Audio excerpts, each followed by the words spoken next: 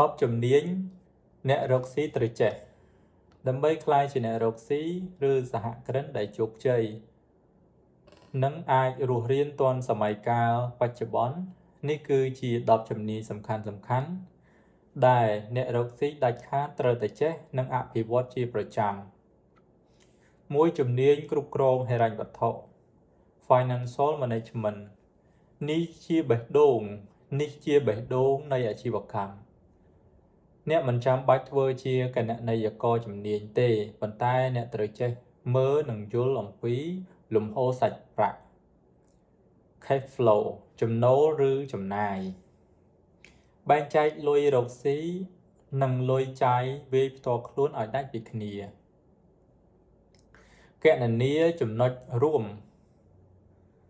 break even point និងប្រាក់ចំណេញពិតប្រាកដ 2. ជំនាញលក់និងការចរចា Sell and Negotiation បើមិនចេះលក់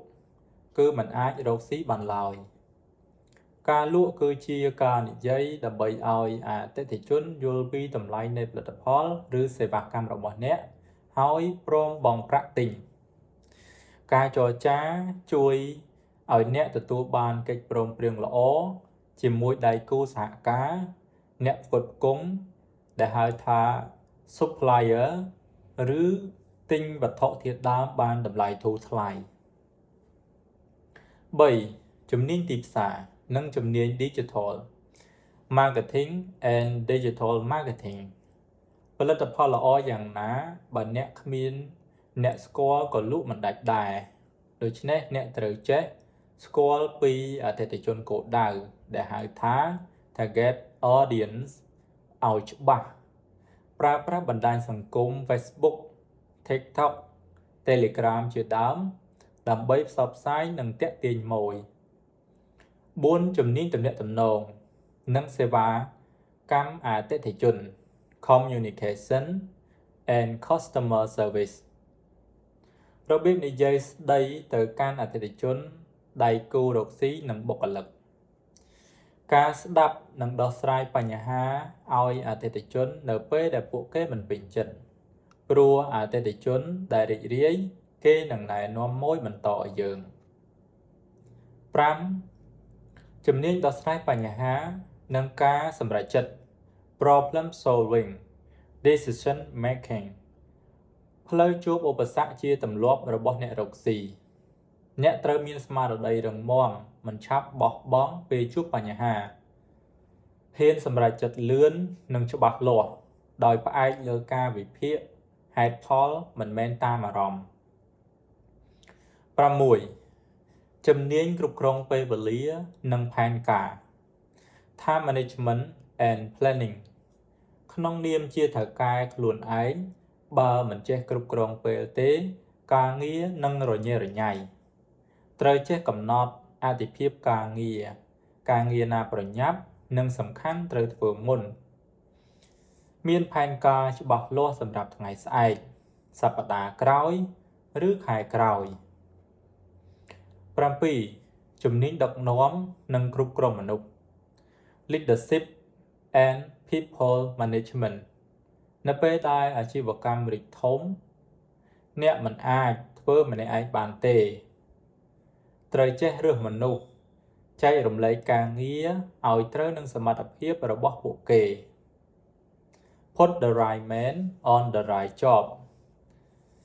ចេះលើកទឹកចិត្តបុគ្គលិកឲ្យធ្វើការអស់ពីចិត្ត 8. ជំនាញបត់បែននិងរៀនសូត្ររហ័ស Adaptability Lifelong Learning ពិភពលោកប្ដូរលឿនណាស់ដូចជាការមកដល់នៃ AI និងបច្ចេកវិទ្យាថ្មីអ្នករកស៊ីត្រូវចេះបត់បែនតាមស្ថានភាពជានិច្ចឈប់រៀនសូត្រគឺស្មើនឹងដើរថយក្រោយ 9. ជំនាញប្រើប្រាស់បច្ចេកវិទ្យាមិនមែនទាល់តែអ្នកជំនាញ IT ទើបត្រូវចេះបច្ចេកវិទ្យានោះទេអ្នករកស៊ីត្រូវចេះប្រើប្រព័ន្ធគិតលុយតាម QR code ជាដើមកម្មវិធីគ្រប់គ្រងស្តុកនិងកម្មវិធីគណនេយ្យងាយឬ AI ជំនួយដូចជា ChatGPT ដើម្បីបង្កើនល្បឿនការងារ10ជំនាញគ្រប់គ្រងអារម្មណ៍និងសម្ពាធ Emotional Intelligence Stress Management ការរកស៊ីមានឡើងមានចុះមានខែចំណេញមានខែខាតត្រូវចេះគ្រប់គ្រងអារម្មណ៍មួម៉ៅមិនត្រូវយកអារម្មណ៍ផ្ទាល់ខ្លួនមកលាយឡំនឹងការងារចេះកាត់បន្ថយ stress ដើម្បីរក្សាសុខភាពផ្លូវចិត្តនិងផ្លូវកាយឲ្យបានរឹងមាំសម្រាប់តស៊ូរយៈពេលវែងដំបូងមានបន្ថែមមិនមានអ្នកណាម្នាក់ចេះជំនាញទាំង10នេះតាំងពីដើមនោះទេអ្វីដែលសំខាន់គឺអ្នកត្រូវវឹកហាត់និងរៀនសូត្រពីវាបណ្ដាក្នុងពេលកំពុងតែអនុវត្តផ្ទាល់តើក្នុងចំណោមជំនាញទាំង10នេះបច្ចុប្បន្នអ្នកយល់ថាជំនាញមួយណាដែលអ្នកកំពុងខ្លាំងជាងគេហើយតើជំនាញមួយណាដែលអ្នកត្រូវពង្រឹងបន្ថែម